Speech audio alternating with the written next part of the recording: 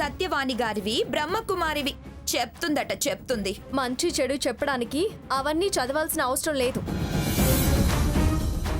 ముందు మనం మనిషి సంగతి గుర్తుంచుకుంటే చాలు.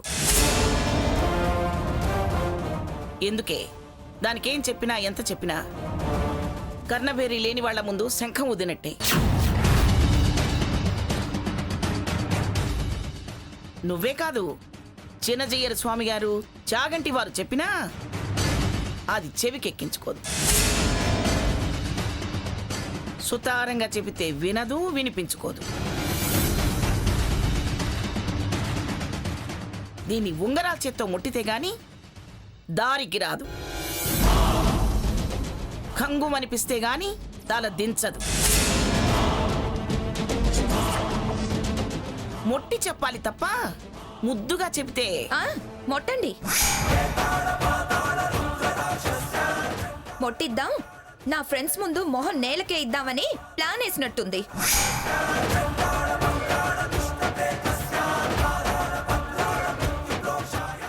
ఏ వాసంతి, అరోరా, వాళ్ళ మాటలు విని మన టైం ఎందుకే వేస్ట్ చేసుకోవడం?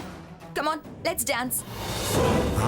డాన్స్ లేస్తారా? అవునండి, ఎవరి అభిప్రాయాలు వాళ్ళవి. అభిప్రాయాలు ఉండొచ్చు గాని హేళన చేయకూడదమ్మా. సీతక్కన్న మాటలు మమ్మల్ని హేళన చేయడం కాదా? హేళనేమిటి హేళన? మీరు హేళన చేస్తే తప్పు అంది.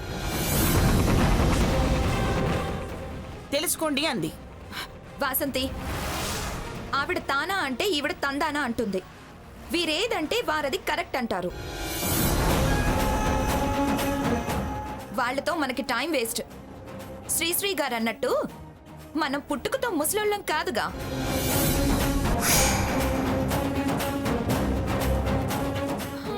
వాళ్ళకి తెలిసిందే వేదం అనుకుంటారు, కల్చర్ తెలుసుకోరు. మార్పు అని లెక్చర్లే కానీ మార్పు తెలియని వాళ్ళు. రండే, సరదా చంపుకోవడం ఎందుకు? కొత్తదనానికి ఖర్చు చేయలేనోళ్ళు పాతది సాంప్రదాయం అంటూ సొల్లేస్తుంటారు. స్వర్ణ,